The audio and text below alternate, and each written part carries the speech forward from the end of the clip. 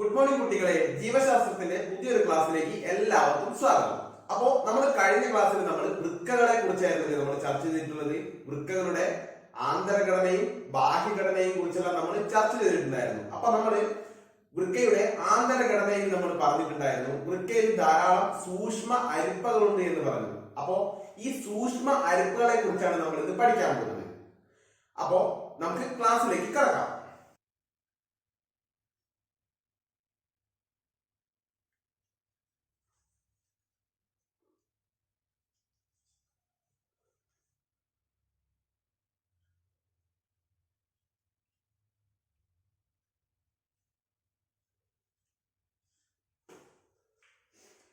അപ്പോ നമ്മൾ പറഞ്ഞു വൃക്കയിൽ ധാരാളം സൂക്ഷ്മ അരിപ്പകളുണ്ട് എന്ന് പറഞ്ഞു. അപ്പോ ഈ സൂക്ഷ്മ അരിപ്പകളെയാണ് നമ്മൾ നെഫ്രോണുകൾ എന്ന് പറയുന്നത്. എന്താണ് നെഫ്രോണുകൾ എന്ന് പറയുന്നത്?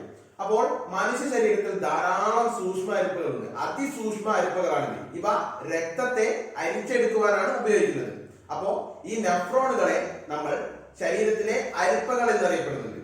അപ്പോ മനുഷ്യ ശരീരത്തില് ഏതാണ്ട് 12 ലക്ഷം സൂക്ഷ്മ അരിപ്പകളാണുള്ളത്, അഥവാ 12 ലക്ഷം നെഫ്രോണുകളാണുള്ളത്.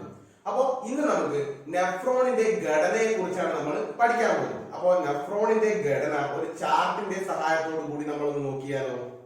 എല്ലാവരും ഈ ചാർട്ടിലേക്ക് ഒന്ന് നോക്കിക്കേ. അപ്പോ ഇവിടെ കൊടുത്തിരിക്കുന്നത് നെഫ്രോണിന്റെ ഘടന അടങ്ങിയിട്ടുള്ള ഒരു ചിത്രീകരണമാണ് ഇവിടെ കൊടുത്തിട്ടുള്ളത്. അപ്പോ ഇതില് നെഫ്രോണിന്റെ ഒരു ചിത്രം ഇവിടെ കാണിച്ചിരിക്കുന്നുണ്ട്. അതിൽ ധാരാളം ഭാഗങ്ങളും ഇവിടെ അടയാളപ്പെടുത്തിയിട്ടുണ്ട്. അപ്പോ ഏതൊക്കെ ഭാഗങ്ങളാണ് നെഫ്രോണിന് ഉള്ളത് എന്നാണ് നമ്മൾ നോക്കാൻ പോകുന്നത്.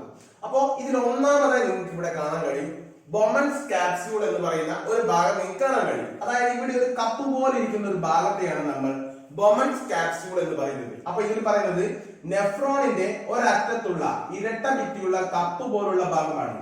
അതായത് നെഫ്രോണിന്റെ ഒരറ്റം ഇവിടെ നിങ്ങൾക്ക് കാണാൻ കഴിയുന്നുണ്ട്, ഒരു കപ്പ് പോലുള്ള ഒരു ഭാഗം. അപ്പൊ ഒരറ്റത്തുള്ള ഇരട്ട ഭിത്തിയുള്ള ഭാഗത്തെയാണ് നമ്മൾ ബൊമൻസ് കാപ്സ്യൂൾ എന്ന് പറയുന്നത്. അതായത് നെഫ്രോണിന്റെ ഒരറ്റത്തുള്ള ഇരട്ട ഭിത്തിയുള്ള കപ്പ് പോലുള്ള ഭാഗത്തെയാണ് നമ്മൾ ബൊമൻസ് കാപ്സ്യൂൾ എന്ന് പറയുന്നത്.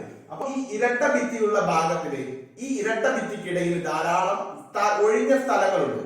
ഇതിനെയാണ് നമ്മൾ എന്താണ് കാപ്സുലാർ സ്പേസ് എന്ന് പറയുന്നത്. അതായത് ബൊമൻസ് കാപ്സ്യൂളിന്റെ ഇരട്ട ഭിത്തിക്കിടയിലുള്ള സ്ഥലം, ഇരട്ട ഭിത്തിക്കുള്ള സ്ഥലത്തിനെയാണ് നമ്മൾ കാപ്സുലാർ സ്പേസ് എന്ന് നമ്മൾ പറയുന്നത്. അപ്പൊ നിങ്ങൾക്ക് ഇവിടെ എന്താണ് ബൊമൻസ് കാപ്സ്യൂൾ ഒന്ന് വലുതാക്കി കൊടുത്താൽ കാണാൻ കഴിയുന്നത്. അപ്പോ ഇതിന്റെ ഈ രണ്ട് ഭിത്തിക്കിടയിലുള്ള ഭാഗത്തെയാണ് നമ്മൾ കാപ്സുലാർ സ്പേസ് എന്ന് പറയുന്നത്. അപ്പൊ നിങ്ങളെ ടെക്സ്റ്റ് ബുക്കിൽ ഈ ബൊമൻസ് കാപ്സ്യൂളിന്റെ എല്ലാ ചിത്രം വളരെ വ്യക്തമായിട്ട് കൊടുത്തിട്ടുണ്ട്. അപ്പൊ നിങ്ങൾക്ക് അതിൽ നോക്കിക്കഴിഞ്ഞാൽ വ്യക്തമായി മനസ്സിലാവും എന്താണ് ബൊമൻസ് കാപ്സ്യൂൾ എന്നും എന്താണ് കാപ്സുലാർ സ്പേസ് എന്താണെന്ന് നിങ്ങൾക്ക് വ്യക്തമായി മനസ്സിലാവും. ഇനി രണ്ടാമത്തെ ഭാഗമാണ് ഇവിടെ രണ്ട് രക്തക്കുഴലുകൾ നിങ്ങൾക്ക് കാണാൻ കഴിയുന്നുണ്ടല്ലേ? ചുവന്ന നിറത്തിലുള്ള രണ്ട് രക്തക്കുഴലുകൾ നിങ്ങൾക്ക് കാണാൻ കഴിയുന്നുണ്ട്. അതിൽ ഒന്ന് വലുതും ഒന്ന് ചെറുതുമാണ്. അതായത് ഈ രക്തക്കുഴലുകൾ തമ്മിൽ വ്യാസ വ്യത്യാസങ്ങളുണ്ട്, ഇല്ലേ? അപ്പൊ നമ്മൾ ഒന്നാമത്തെ രക്തക്കുഴലായ അഫറന്റ് വെസൽ എന്ന് നമുക്കറിയാം. ആ രണ്ട് രക്തക്കുഴലിലും കുറച്ച് വ്യാസം കൂടിയ രക്തക്കുഴലാണ് അഫറന്റ് വെസൽ എന്ന് പറയുന്നത്. അപ്പൊ അഫറന്റ് വെസൽ എന്താണ്? ബൊമൻസ് കാപ്സ്യൂളിലേക്ക് പ്രവേശിക്കുന്ന വൃക്കാധമനിയുടെ ശാഖ. അപ്പോ അഫറന്റ് വെസൽ എന്ന് പറഞ്ഞാൽ വൃക്കാധമനിയുടെ ഒരു ശാഖയാണ്. അതായത് ബൊമൻസ് കാപ്സ്യൂളിലേക്ക് കടക്കുന്ന വൃക്കാധമനിയുടെ ഒരു ഭാഗത്തെയാണ് നമ്മൾ ശാഖയെയാണ് നമ്മൾ അഫറന്റ് വെസൽ എന്ന് പറയുന്നത്. അപ്പൊ നിങ്ങൾക്ക് ഇവിടെ ഒരു വലിയ ഒരു ചുവന്ന നിറത്തിലുള്ള കുഴൽ നിങ്ങൾക്ക് കാണാൻ കഴിയുന്നുണ്ട്. അതാണ് അഫറന്റ് വെസൽ എന്ന് പറയുന്നത്. ഇനി ഒന്ന് പുറത്തേക്ക് പോകുന്നത് നിങ്ങൾക്ക് കാണാൻ കഴിയുന്നുണ്ട് അല്ലെ? മറ്റൊരു വെസൽ കൂടെ അവിടെ ഉണ്ട്. അതിനെയാണ് നമ്മൾ ഇഫറന്റ് വെസൽ എന്ന് പറയുന്നത്. അതായത് ബൊമൻസ് കാപ്സ്യൂളിൽ നിന്ന് പുറത്തേക്ക് വരുന്നതിനെയാണ് നമ്മൾ ഇഫറന്റ് വെസൽ എന്ന് പറയുന്നത്. അതിലെന്താണ് ബൊമൻസ് കാപ്സ്യൂളിൽ നിന്ന് പുറത്തേക്ക് വരുന്ന കുഴൽ. ബൊമൻസ് കാപ്സ്യൂളിൽ നിന്ന് പുറത്തേക്ക് വരുന്ന കുഴലിനെയാണ് നമ്മൾ ഇഫറന്റ് വെസൽ എന്ന് പറയുന്നത്. അപ്പൊ രണ്ട് രക്തക്കുഴലുകളാണ് നമ്മളിപ്പോ പഠിച്ചിട്ടുള്ളത്. ഒന്ന് അഫറന്റ് വെസലും ഒന്ന് ഇഫറന്റ് വെസലും. അഫറന്റ് വെസൽ എന്ന് പറയുന്നത് എന്താണ്? വൃക്കാധമനിയുടെ ഒരു ശാഖയാണ്. അതായത് ബൊമൻസ് കാപ്സ്യൂളിനകത്തേക്ക് പോകുന്ന വൃക്കാധമനിയുടെ ഒരു ശാഖയാണ് നമ്മൾ എന്താണ് അഫറന്റ് വെസൽ എന്ന് പറയുന്നത്. ഇനി ഇഫറന്റ് വെസൽ എന്ന് പറയുന്നത് ബൊമൻസ് കാപ്സ്യൂളിൽ നിന്ന് പുറത്തേക്ക് വരുന്ന രക്തക്കുഴലിനെയാണ് നമ്മൾ ഇഫറന്റ് വെസൽ എന്ന് പറയുന്നത്. അപ്പോ എന്താണ് ബൊമൻസ് കാപ്സ്യൂൾ എന്നും എന്താണ് അഫറന്റ് വെസൽ എന്നും ഇഫറന്റ് വെസൽ എന്നും അതുപോലെ തന്നെ ബൊമൻസ് ക്യാപ്സ്യൂളിന് ഇരട്ട ഭിത്തിക്കിടയിലുള്ള സ്ഥലത്തെയാണ് നമ്മൾ കാപ്സുലാർ സ്പേസ് എന്ന് നമ്മൾ പഠിച്ചിട്ടുണ്ട്. അപ്പൊ എന്തൊക്കെയായിരുന്നു നമ്മൾ ഇതിൽ നോക്കിയിട്ടുള്ളത്? ഈ ചിത്രത്തിൽ നമ്മൾ ആദ്യമായി എന്താണ് നെഫ്രോണിന്റെ ഘടന പറഞ്ഞപ്പോ നമ്മൾ ആദ്യം പറഞ്ഞു ബൊമൻസ് ക്യാപ്സ്യൂൾ ഉണ്ട് എന്ന് നമ്മൾ പറഞ്ഞു. അതായത് ഒരു അഗ്രഭാഗത്ത് ഇരട്ട ഭിത്തിയുള്ള എന്താണ് ബൊമൻസ് ക്യാപ്സ്യൂളുകൾ ഉണ്ട് എന്ന് നമ്മൾ പറഞ്ഞു. അപ്പൊ ഒന്നാമതായി നമ്മൾ പഠിച്ച ഘടന എന്താണ്? ബൊമൻസ് ക്യാപ്സ്യൂൾ.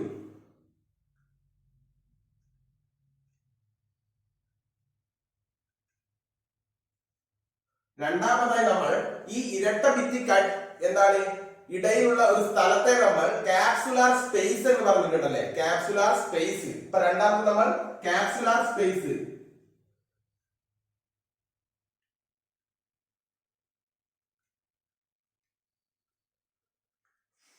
അതുപോലെ തന്നെ ഈ ബൊമൻസ് ക്യാപ്സ്യൂളിനകത്ത് നമ്മൾ രണ്ട് തരത്തിലുള്ള രക്തക്കുഴലുകൾ ഉണ്ട് എന്ന് നമ്മൾ പറഞ്ഞു. രണ്ട് തരത്തിലുള്ള രക്തക്കുഴൽ നിങ്ങൾക്ക് ഇവിടെ കാണാൻ കഴിയുന്നുണ്ട്. അപ്പൊ ഒന്നിനെ നമ്മൾ അഫറന്റ് വെസൽ എന്നും മറ്റേതിനെ നമ്മൾ ഇഫറന്റ് വെസൽ എന്നും നമ്മൾ പറഞ്ഞിട്ടുണ്ട്. അപ്പൊ മൂന്നാമതായി നമ്മൾ അഫറന്റ് വെസൽ,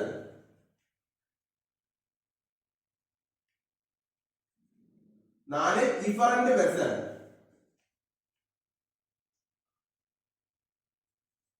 ഇനി മാത്രമല്ല ഇവിടെ നിങ്ങൾക്ക് കാണാൻ കഴിയും മറ്റൊരു രക്തക്കുഴൽ കൂടെ ഉണ്ട്. അതായത് ബൊമൻസ് ക്യാപ്സ്യൂളിനകത്ത് എന്താണ് ചെറിയ രക്തലോമികൾ പോലെ കാണപ്പെടുന്ന ഗ്ലോമറുലസ് എന്ന് പറയുന്ന ഒരു രക്തക്കുഴൽ കൂടെ നെഫ്രോണിന് ഉണ്ട്. അപ്പോ അഞ്ചാമതായി ഗ്ലോമറുലസ്.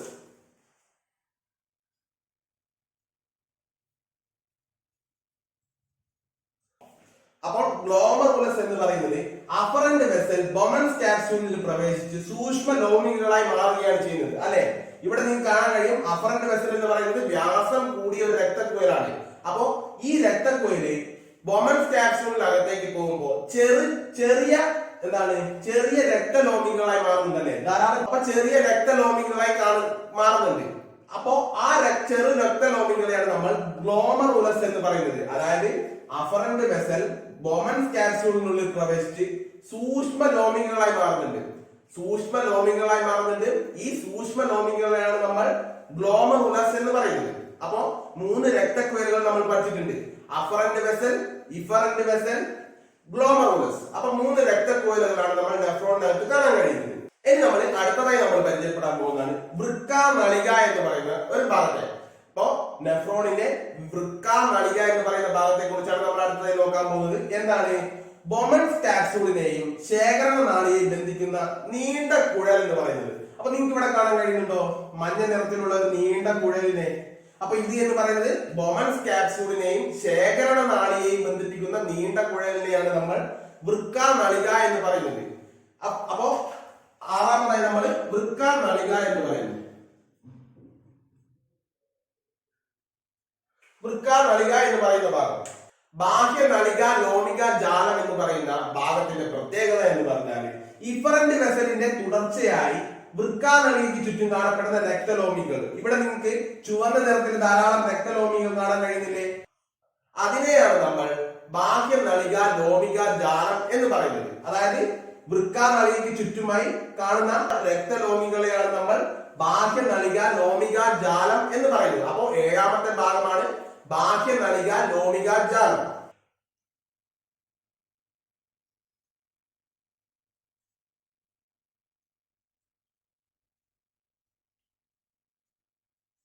ബാഹ്യ നളിക ലോമിക ജാലം എന്താണെന്ന് വ്യക്തമായില്ലേ? ഇനി അവസാനമായി നമ്മൾ പറയുന്നതാണ് ശേഖരണ നാളി എന്ന് പറയുന്ന അവസാനമായിട്ടുള്ള ഭാഗം. അപ്പോ എന്താണ്? വൃക്ക നളികകൾ വന്നു ചേരുന്ന ഭാഗം. അതായത് ഈ വൃക്ക നിങ്ങൾക്ക് ചിത്രത്തിൽ കാണാൻ കഴിയുന്നുണ്ട്. വൃക്ക നളിക എന്ന് പറയുന്നത് നീണ്ട കുഴലുകളാണ്.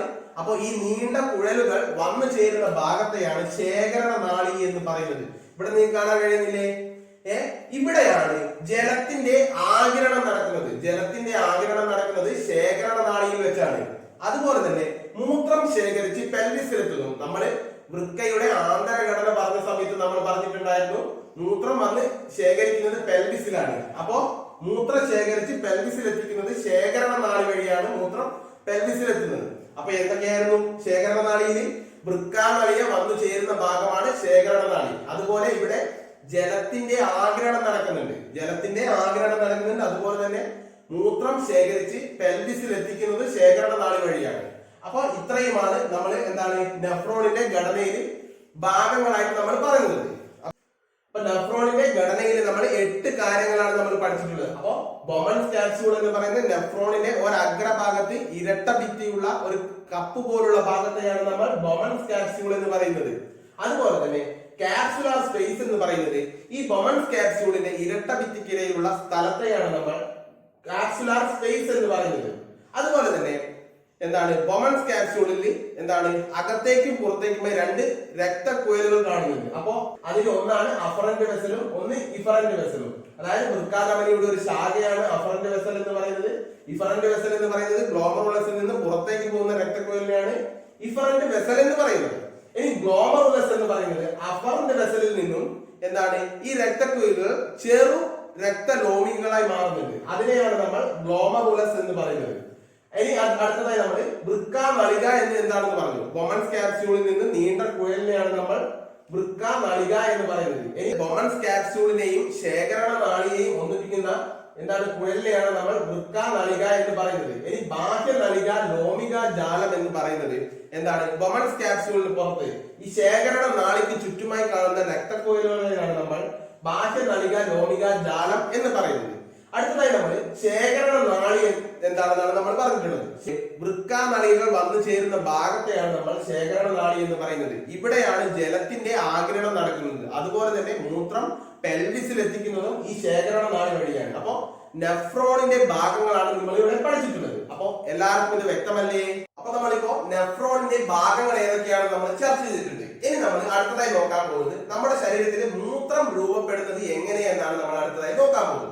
നമ്മുടെ ശരീരത്തിൽ മൂത്രം രൂപപ്പെടുന്നത് എങ്ങനെ എന്നാണ് നമ്മൾ അടുത്തതായി നോക്കാൻ പോകുന്നത്.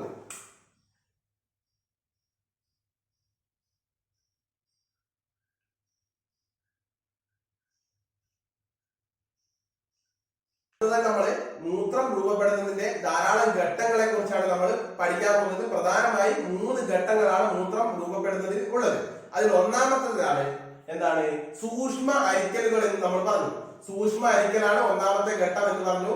സൂക്ഷ്മ അരിക്കൽ എന്താണെന്ന് വെച്ചാൽ നമ്മൾ നെഫ്രോണിന്റെ എന്താണ് ഘടനയിൽ നമ്മൾ പഠിച്ചിട്ടുണ്ടായിരുന്നു. അതിൽ 3 രക്തക്കുഴലുകളുണ്ട് എന്ന് നമ്മൾ പറഞ്ഞു. Afferent vessel, efferent vessel, glomerulus എന്ന് പറയുന്ന 3 രക്തക്കുഴലുകളുണ്ട് എന്ന് നമ്മൾ പറഞ്ഞു. അപ്പോ ഈ അഫറന്റ് വെസലും ഇഫറന്റ് വെസലും തമ്മിൽ എന്താണ് വ്യാസ വ്യത്യാസങ്ങൾ ഉണ്ട് എന്ന് നമ്മൾ പറഞ്ഞിട്ടുണ്ടായിരുന്നല്ലേ. അപ്പോ അഫറന്റ് വെസല് കുറച്ച് വ്യാസം കൂടിയ രക്തക്കുഴലും ഇഫറന്റ് വെസല് കുറച്ച് വ്യാസം കുറഞ്ഞ രക്തക്കുഴലുമാണ്. അപ്പൊ ഇവ തമ്മിലുള്ള വ്യാസ വ്യത്യാസം ഈ ഗ്ലോമറുലസിൽ ഉയർന്ന മർദ്ദം സൃഷ്ടിക്കുന്നുണ്ട്. ഇതിലൂടെയാണ് സൂക്ഷ്മ അരിക്കൽ നടക്കുന്നത്. അപ്പോ ഈ ഗ്ലോമറുലസിലെ ചെറു സുഷിരങ്ങളിലൂടെ ആണ് രക്തത്തിന്റെ സൂക്ഷ്മ അരിക്കലുകൾ നടക്കുന്നത്. അപ്പോ ഗ്ലോമറുലസിൽ നിന്ന് രക്തം അരിക്കപ്പെട്ടിട്ട് അവിടെ വെച്ച് ഗ്ലോമറുലസ് ഫിൽട്രേറ്റ് എന്ന് പറയുന്ന ഒരു ദ്രാവക പദാർത്ഥം ഉണ്ടാകുന്നുണ്ട്. ഈ എന്താണ് അരിക്കൽ പ്രക്രിയ നടന്നതിന് ശേഷം ഈ എന്താണ് ബൊമൻസ് ക്യാപ്സ്യൂളിൽ ഗ്ലോമറുലസ് ഫിൽട്രേറ്റ് എന്ന് പറയുന്ന ഒരു ദ്രാവകം ഉൽപ്പാദിപ്പിക്കുന്നുണ്ട്. അപ്പോ ആ ഗ്ലോമറുലസ് ഫിൽട്രേറ്റിലെ ഘടകങ്ങൾ ഏതൊക്കെയാണെന്ന് നമ്മൾ അടുത്തതായി നോക്കാൻ പോകുന്നത്. അപ്പൊ ഇവിടെ എഴുതിയിട്ടുണ്ട്. അതിലെ ഘടകങ്ങൾ എന്ന് പറയുന്നത് നമ്മളെ എന്താണ് രക്തം അരിച്ചു മാറ്റിയിട്ട് അതിൽ നിന്നും കിട്ടുന്ന ഘടകങ്ങളായിരിക്കും ഗ്ലോമറുലസ് ഫിൽട്രേറ്റിൽ ഉണ്ടാവുക. അതിൽ പ്രധാനമായി ഉണ്ടാവുന്നത് ജലം, glucose, sodium, potassium, calcium, amino acid, ammonia, creatine എന്ന് പറയുന്ന ഘടകങ്ങളാണ് ഗ്ലോമറുലസ് ഫിൽട്രേറ്റിൽ അടങ്ങിയിട്ടുള്ളത്. അപ്പൊ ഇത്രയും കാര്യങ്ങളാണ് നമ്മൾ എന്താണ് സൂക്ഷ്മ അരിക്കലിൽ നമ്മൾ പറയുന്നത്. ഇനി ഈ സൂക്ഷ്മ അരിക്കൽ നടത്തിയിട്ട് ഈ രക്തത്തെ നമ്മൾ പുനരാകിരണവും ശ്രവണവും നടത്തുകയാണ് അടുത്തതായി ചെയ്യുന്നത്.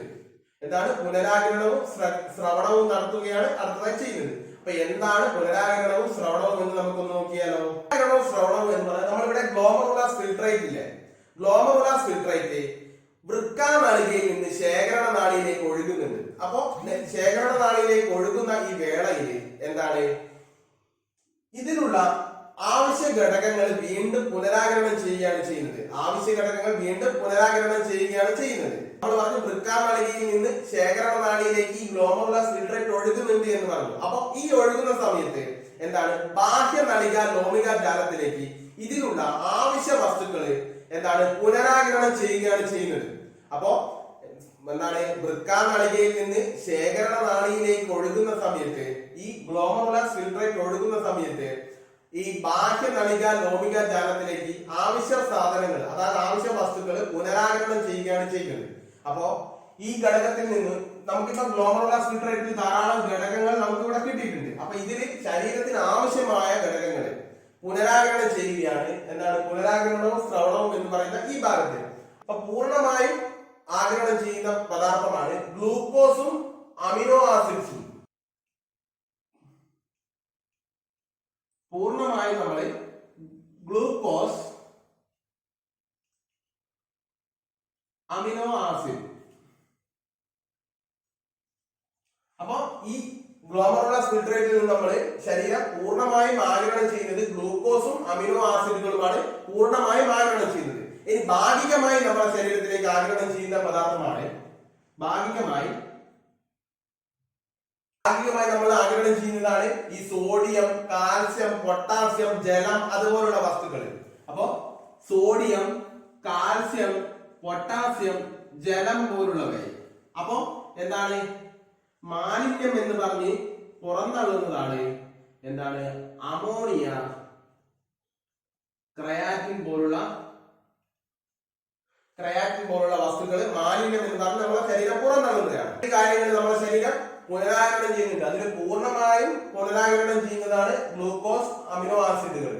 അതുപോലെ തന്നെ ഭാഗികമായി നമ്മുടെ ശരീരം സോഡിയം, പൊട്ടാസ്യം, കാൽസ്യം, ജലം എന്നിവ ഭാഗികമായി പുനരാഗിരണം ചെയ്യുന്നുണ്ട്. അതുപോലെ തന്നെ എന്താണ് ശരീരം പുറന്തള്ളുന്നവ എന്ന് പറയുന്നത്, അതായത് മാലിന്യം എന്ന് പറഞ്ഞ് പുറന്തള്ളുന്നത് അമോണിയയും ക്രയാറ്റിനുമാണ് പുറന്തള്ളുന്നത്. നമ്മൾ മൂത്രം രൂപപ്പെടുന്നത് എങ്ങനെയാണെന്നാണ് നമ്മൾ നോക്കിയിട്ടുള്ളത്. ഇനി നമുക്ക് ഈ മൂത്രം രൂപപ്പെടുന്നത് ഒരു എന്താണ് ഫ്ലോ ചാർട്ടിന്റെ സഹായത്തോടു കൂടി ഒന്ന് നോക്കിയാലോ.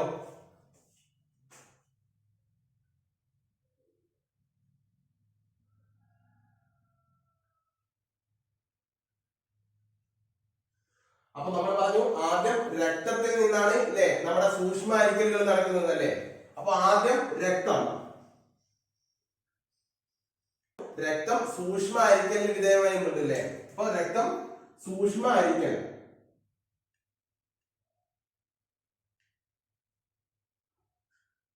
അതിൽ നിന്നും ഗ്ലോമറുലാർ ഫിൽട്രേറ്റ് ഉണ്ടാകുന്നത് നമ്മൾ പറഞ്ഞു അല്ലെ.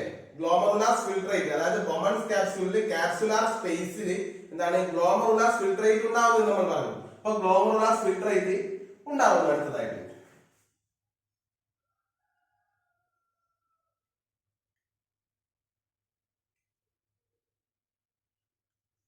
അപ്പൊ ഗ്ലോമറുലാർ ഫിൽട്രേറ്റ് ഉണ്ടായിട്ട് എന്താണ് വൃക്കാനാളികയിൽ നിന്ന് ശേഖരണ നാളിയിലേക്ക് ഈ ഗ്ലോമറുലാർ ഫിൽട്രേറ്റ് പോകുന്ന സമയത്ത് അവിടെ എന്താണ് പുനരാഗിരണവും ശ്രവണവും നടക്കുന്നുണ്ട്. അതേപോലെ തന്നെ ജലത്തിന്റെ ആഗിരണവും നടക്കുന്നുണ്ട് അല്ലെ. ശേഖരണ നാളിയിൽ വെച്ച് ജലത്തിന്റെ ആഗിരണവും നടക്കുന്നുണ്ട്. ആദ്യം അവിടെ പുനരാഗിരണവും ശ്രവണവുമാണ് നടക്കുന്നത് അല്ലെ. അപ്പോ പുനരാഗിരണവും ശ്രവണവും അതേപോലെ തന്നെ ജലത്തിന്റെ ആഗിരണം.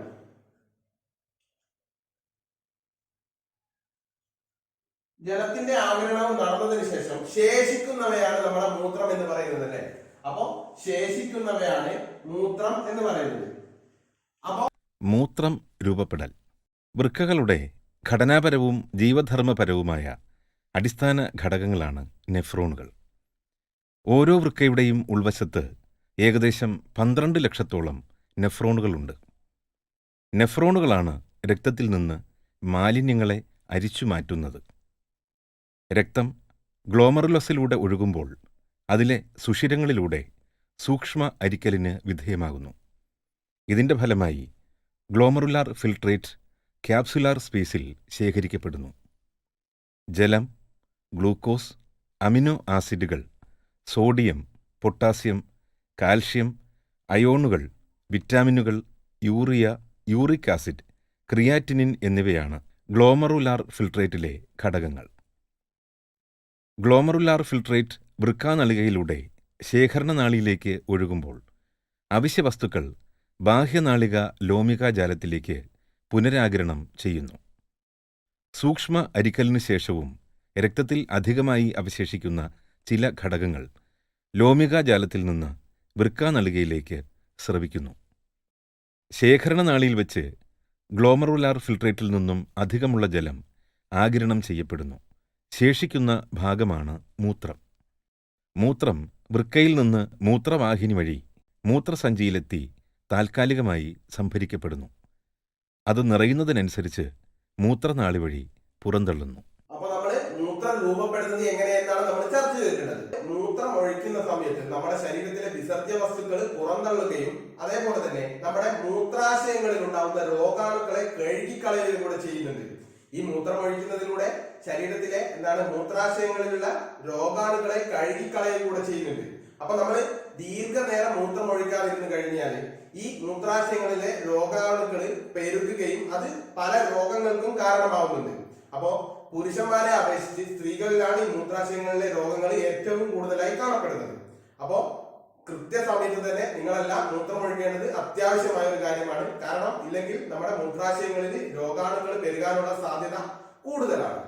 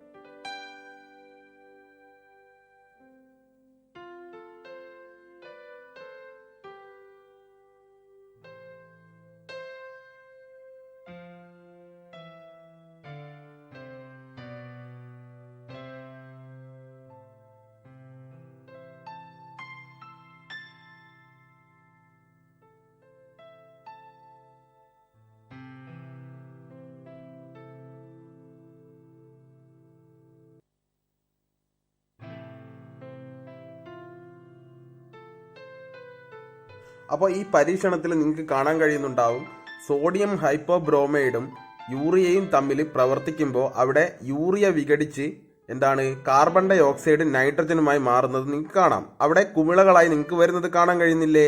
അപ്പോൾ ഇത്രയും കാര്യങ്ങളാണ് ഈ പരീക്ഷണത്തിൽ നിങ്ങൾ മനസ്സിലാക്കേണ്ടത്. അടുത്തതായി നമുക്ക് വൃക്കകളും ആന്തര സമസ്ഥിതി പാലനവും എന്താണെന്ന് നമുക്കൊന്ന് നോക്കിയാലോ. വൃക്കകളും ആന്തര സമസ്ഥിതി പാലനവും എന്ന ഭാഗത്തെ കുറിച്ചാണ് നമ്മൾ നോക്കാൻ പോകുന്നത്. അപ്പോൾ വൃക്കകളും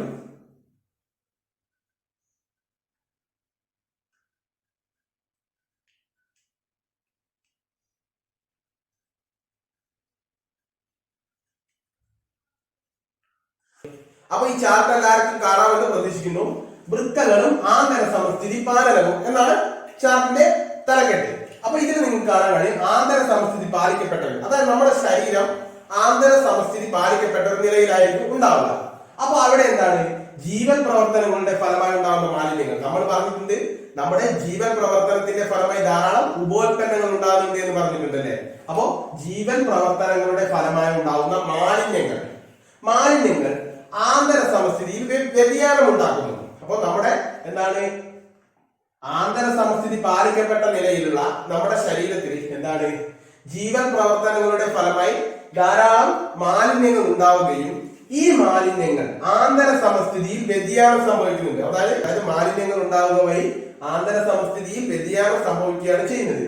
ആ സമയത്ത് ഈ വൃക്കകൾ മാലിന്യങ്ങളുടെ പുറന്തള്ളൽ നടത്തുന്നുണ്ട്. ഈ വൃക്കകൾ ഈ ആന്തര സമസ്ഥിതിയിലെ വ്യതിയാനത്തെ പരിഹരിക്കുവാൻ വേണ്ടിയിട്ട് അങ്ങനെ ഉണ്ടാകുന്ന മാലിന്യങ്ങളെ പുറന്തള്ളുക ചെയ്യുന്നുണ്ട്. ഈ വൃക്കകളാണ് മാലിന്യങ്ങളെ പുറന്തള്ളുന്നത്. അതുപോലെ തന്നെ ജലസന്തുലനം, നമ്മുടെ ശരീരത്തിലെ ജലത്തിന്റെ അളവ് ഒരു സന്തുലിതാവസ്ഥയിൽ, അതായത് ആവശ്യത്തിനുള്ള വെള്ളം നിലനിർത്തി ബാക്കിയുള്ളവയെ പുറന്തള്ളുക ചെയ്യുന്നുണ്ട്. അതുപോലെ തന്നെ ലവണ സന്തുലനം, ജലത്തിന്റെയും ലവണത്തിന്റെയും സന്തുലനം ഉറപ്പുവരുത്തുന്നത് വൃക്കകളാണ്. അതുപോലെ തന്നെ pH ക്രമീകരണം. pH ക്രമീകരണം എന്താണെന്ന് നിങ്ങൾക്ക് അറിയാമോ? pH എന്ന് പറയുന്നത് നമ്മുടെ ആസിഡ് ആൽക്കലി ഇതിന്റെ അനുപാതത്തെയാണ് നമ്മൾ pH ക്രമീകരണം എന്ന് പറയുന്നത്. അപ്പൊ pH ക്രമീകരണവും നടത്തിയിട്ട് നമ്മുടെ ശരീരത്തിനെ വീണ്ടും എന്താണ് ആന്തര സമസ്ഥിതി പാലിക്കപ്പെട്ട നിലയിലേക്ക് കൊണ്ടുവരികയാണ് ഈ വൃക്കകൾ ചെയ്യുന്നത്. അപ്പൊ ഇത്രയും കാര്യങ്ങളാണ് വൃക്കകളും ആന്തര സമസ്ഥിതി പാലനത്തിൽ നമ്മൾ പറയാനുള്ളത്. അപ്പൊ ഇതിന് നിങ്ങൾക്ക് കാണാൻ കഴിയും, ആന്തര സമസ്ഥിതി പാലിക്കപ്പെട്ട നിലയിലുള്ള ശരീരത്തിൽ ധാരാളം ജീവൻ പ്രവർത്തനത്തിന്റെ ഫലമായിട്ട് ഉപോൽപ്പന്നങ്ങൾ ഉണ്ടാകുന്നുണ്ട്, അതായത് മാലിന്യങ്ങൾ ഉണ്ടാകുന്നുണ്ട്. അപ്പൊ ഇത് എന്താണ്, ആന്തര സമസ്ഥിതിയിൽ വ്യതിയാനം നടക്കുന്നുണ്ട്. അപ്പൊ ആ സമയത്ത് വൃക്കകൾ ആ മാലിന്യങ്ങളെ പുറന്തള്ളി ജലത്തിന്റെയും ലവണത്തിന്റെയും സന്തുലിതാവസ്ഥ നിലനിർത്തി അതുപോലെ തന്നെ pH ക്രമീകരിച്ച് എന്താണ് ആന്തര സമസ്ഥിതി പാലിക്കപ്പെട്ട നിലയിലേക്ക് ആക്കുന്നു നമ്മുടെ ശരീരത്തിന്. ഇത്രയും കാര്യങ്ങളാണ് നമ്മൾ വൃക്കകളും ആന്തര സമസ്ഥിതി പാലനത്തിൽ നമുക്ക് പറയാനുള്ളത്. അപ്പൊ എല്ലാവർക്കും വ്യക്തമല്ലേ? ഇന്നത്തെ ക്ലാസ്സിൽ നമ്മൾ ചർച്ച ചെയ്തിട്ടുള്ളത് നെഫ്രോണിന്റെ ഘടനയെ കുറിച്ച് നമ്മൾ ചർച്ച ചെയ്തിട്ടുണ്ടായിരുന്നല്ലേ. നെഫ്രോണിന്റെ ഘടന, അതേപോലെ തന്നെ മൂത്രം രൂപപ്പെടുന്നത് എങ്ങനെയെന്നും അതുപോലെ തന്നെ വൃക്കകളും ആന്തര സമസ്ഥിതി പാലനവും എന്ന് പറയുന്ന ഭാഗത്തെ കുറിച്ച് നമ്മൾ ചർച്ച ചെയ്തിട്ടുണ്ട്. അപ്പൊ ഈ ഭാഗം എല്ലാവർക്കും വ്യക്തമാണെന്ന് കരുതുന്നു.